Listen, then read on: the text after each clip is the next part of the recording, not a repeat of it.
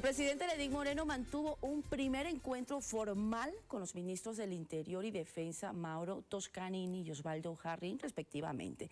En la cita se ratificó que como autoridades harán respetar la soberanía de nuestro país y también aseguran la tranquilidad de los ciudadanos. La primera actividad de Osvaldo Jarrín fue su presentación ante los servidores públicos y demás autoridades militares del Ministerio de Defensa.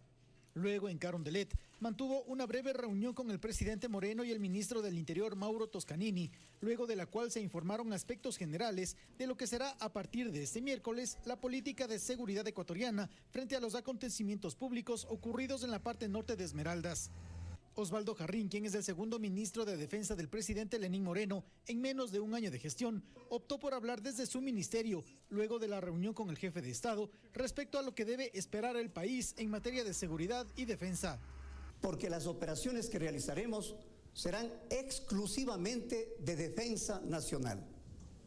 Esto implica la coordinación y cooperación interinstitucional. El ministro del Interior, Mauro Toscanini, prefiere esperar, empaparse de lo pendiente para comenzar a ejecutar. Próximamente que ya tengamos algo en firme que decir, acciones que vamos a seguir, la planeación estratégica del ministerio, tendremos ya una conversación ya con preguntas y respuestas. Les agradezco la presencia de ustedes acá en el Palacio. Desde la visión del Ejecutivo, el hecho de que un economista esté al frente del Ministerio del Interior y un militar en servicio pasivo en defensa garantiza una visión global de la seguridad. Los cambios son buenos, los ministros que estamos nombrando son dos ministros de primera, son personas que le van a brindar tranquilidad al Ecuador. La vocería sobre los temas de frontera ya no será exclusiva del Ministerio del Interior, pues según indicó Osvaldo Jarrín, el Ministerio de Defensa asumió la coordinación de todas las instituciones relacionadas al ámbito de seguridad ciudadana.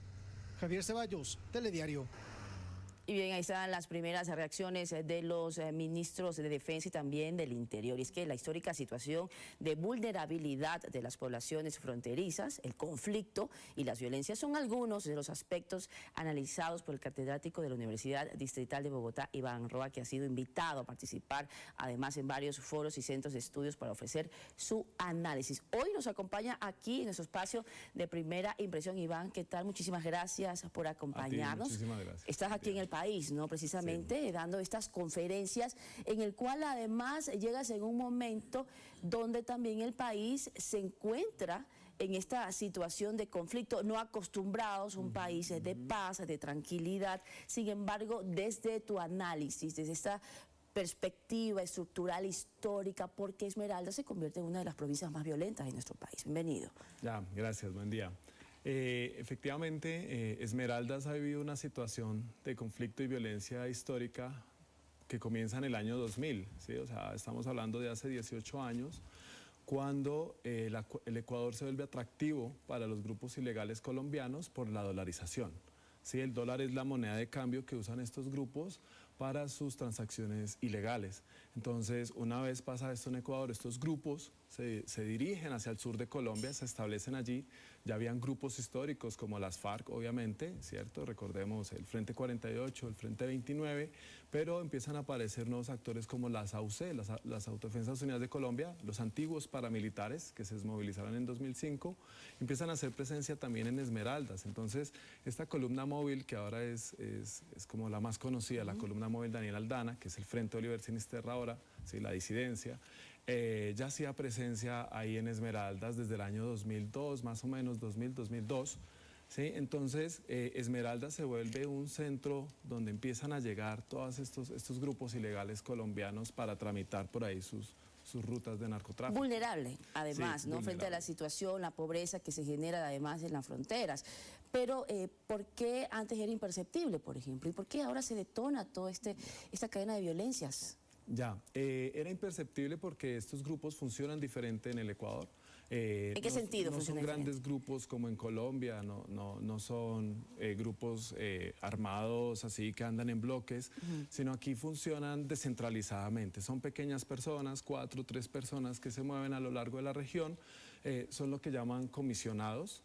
¿cierto? Que envían a negociar con otros grupos, ¿cierto? Con los que tienen que enviarle la droga, que son los carteles mexicanos, pero eso ya es más adelante, ¿sí? Estos grupos empiezan a negociar en 2004, 2005, recuerda que en 2005 se encuentra el primer submarino artesanal en el manglar esmeraldeño, entonces quiere decir que ya estaba pasando algo, pero es visible en Esmeraldas en el 2008.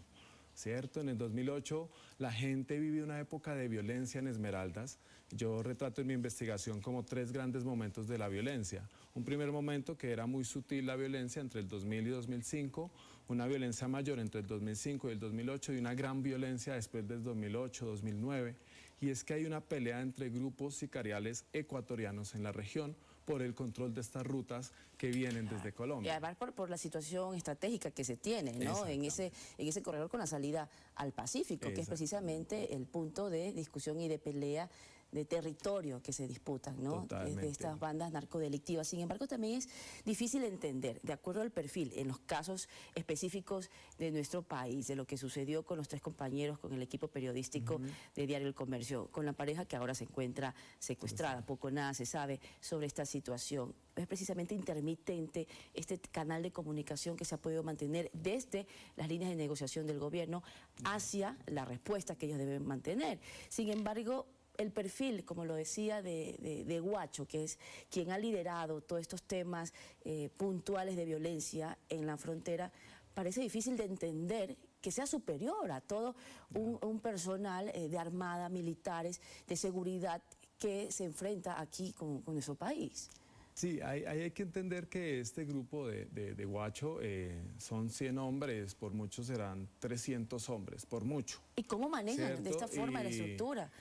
Y trabajan de forma descentralizada. Ellos son 3, donde el comandante es alias Fabián, ¿cierto? O sea, no es solo el Guacho, son otros. Otro ya está detenido, que es Cachi, ¿cierto? Y ellos trabajan de formas descentralizadas. O sea, se escucha más hablar del Guacho, pero no se escucha hablar del resto. Y lo otro, ellos no están todos juntos, ¿no? Están descentralizados a lo largo de la región, se están moviendo en la frontera. Para ellos no existe frontera, nunca ha existido frontera, ¿cierto? Se mueven entre Colombia y Ecuador, históricamente siempre ha sido así, en Sucumbíos, en Esmeraldas, en Carchi también. ¿Y cómo pueden permear una frontera que supuestamente está totalmente resguardada?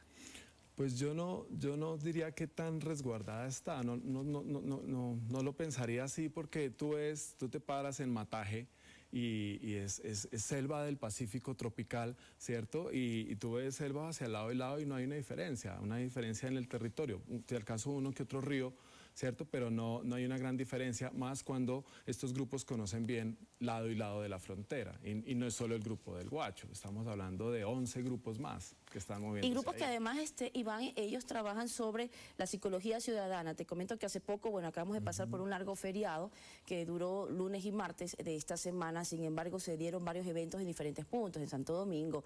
Tú me hablabas que habías escuchado también lo que sucedió en Puerto Viejo, Manaví, una situación que tal vez se daba en otro momento, no pasaba algo así. Se quedó una maleta abandonada, sin embargo, se hizo todo un protocolo de una explosión controlada, precisamente para descartar cualquier tipo de atentados. No fue así, pero ya se genera tal vez una paranoia colectiva. Sí, total. ¿Esto es lo que busca precisamente estas bandas narcodelictivas generar? Básicamente ellos funcionan con el miedo, obviamente, pero ellos usan el miedo en momentos, no lo usan siempre, porque eran invisibles, sí siempre han estado ahí, ¿cierto? Y no solo ellos, habían estado desde hace mucho tiempo atrás y no habían usado estas cosas que usan ahora. Entonces, el miedo efectivamente es una forma para posicionarse ellos y de alguna manera garantizar que pueden negociar con el Estado, ¿cierto? Porque están usando el miedo. Es algo que Esmeraldas ha vivido históricamente, o sea, en Esmeraldas la gente ya conoce el miedo desde hace mucho tiempo atrás, ¿cierto? Pero ahora es un medio generalizado en todo el Ecuador. Donde además también incluye la corresponsabilidad ciudadana, ¿no? Hemos hablado aquí, hemos hecho hincapié sobre las sanciones y las penalizaciones a estas alertas falsas que se han hecho durante el feriado, por ejemplo. Sí, de alguna manera la población no sabe cómo reaccionar ante esto. Es algo que no se espera que pase, o sea, un carro bomba es algo que no se espera que pase en un país como el Ecuador, pero la ciudadanía tiene que de alguna manera no seguir en el juego del miedo, porque si no legitimamos más a este actor, que es lo que de alguna manera está buscando. Iván, has hecho hincapié también en crear un plan socioeconómico, estructural. ¿Para qué y por qué? Listo, veamos que la provincia de Esmeraldas, al igual que Sucumbíos, no olvidemos Sucumbíos, son las dos provincias que presentan más pobreza en el Ecuador, históricamente hablando. Casi la mitad de la población se encuentra en condiciones de pobreza, de necesidades básicas insatisfechas. No solo eso, son las dos provincias con mayor tasa de homicidios del país, o sea, superan la tasa nacional y tú decías históricamente, siempre ha sido así. Entonces tenemos un panorama de violencia que es histórico, ya llevamos 15 años viviendo una violencia en Esmeraldas y en Sucumbíos, en Esmeraldas fuertemente, entonces es una violencia que ya se arraigó al territorio, ¿cierto? Y una pobreza que siempre ha sido histórica también. Entonces tenemos la violencia, la pobreza, tenemos que las poblaciones necesitan vivir de algo, ¿cierto? Y allí aparecen estas ofertas ilegales. O no solo eso, también por presión. Si tú miras las noticias del año pasado, varios pesqueros ya denunciaban cómo les estaban robando sus botes, ¿sí? Entonces, si no te unes a estos grupos, te quitan la embarcación o te asesinan. Entonces los pesqueros quedan en la mitad, ¿cierto? Diciendo como, ¿qué hago? O no les doy mi lancha y me muero, o me quedo con ellos y trabajo y me puedo ganar un dinero. Y si tú ves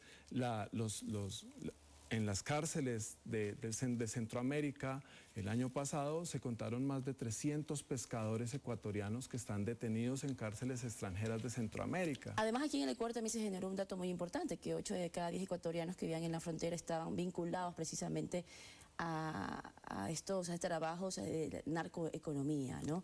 Claro. Y esto también genera también una presión en cuanto a las estructuras que pretende establecer, políticas públicas que pretende establecer el gobierno, porque entonces viene una competencia hacia dónde van a ir, hacia la legalidad de un salario básico, o sea, la ilegalidad precisamente de participar con estas bandas narcodelictivas. Exactamente, estas bandas les dan la oportunidad de acceder a un dinero fácil y las comunidades sin ver otra opción, o sea, terminan accediendo ya sea por voluntad, sí, que no creo que sea la gran mayoría, o por presión, porque sí hay una presión generalizada.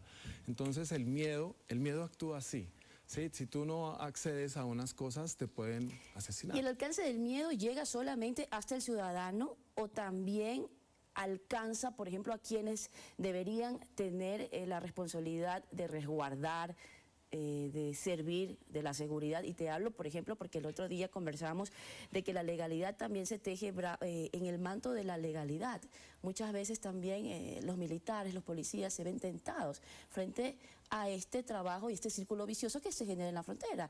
¿Crees tú, desde tu experiencia en Colombia, en este estudio de frontera de los países limítrofes, de que también se debe hacer una inspección fuerte y contundente casa adentro de cómo se están manejando precisamente estos trabajos? Sí, estos grupos tienen una particularidad, históricamente lo hemos visto, y es infiltrar el Estado. Logran infiltrar el Estado a diferentes niveles, desde sus bases hasta, no sé hasta qué esferas, pero Colombia ha sido históricamente el ejemplo de cómo los narcotraficantes se han infiltrado en el Estado, pero sí lo ha logrado. Pero te pongo un ejemplo muy concreto que encontramos en Esmeraldas hace unos años.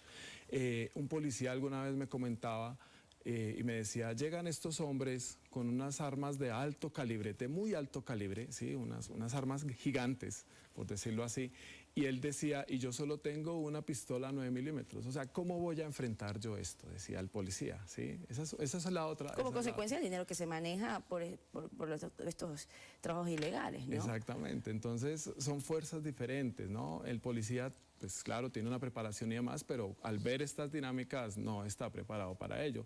Así como también podemos tener algunos que también están involucrados, pero eso es algo que hay que investigar a profundidad, a ver hasta qué punto sí, hasta qué punto no y de qué manera se está dando. La conducta que ha venido siguiendo el gobierno para enfrentar esta situación, ¿ha sido la correcta? ¿En qué habría que fortalecer?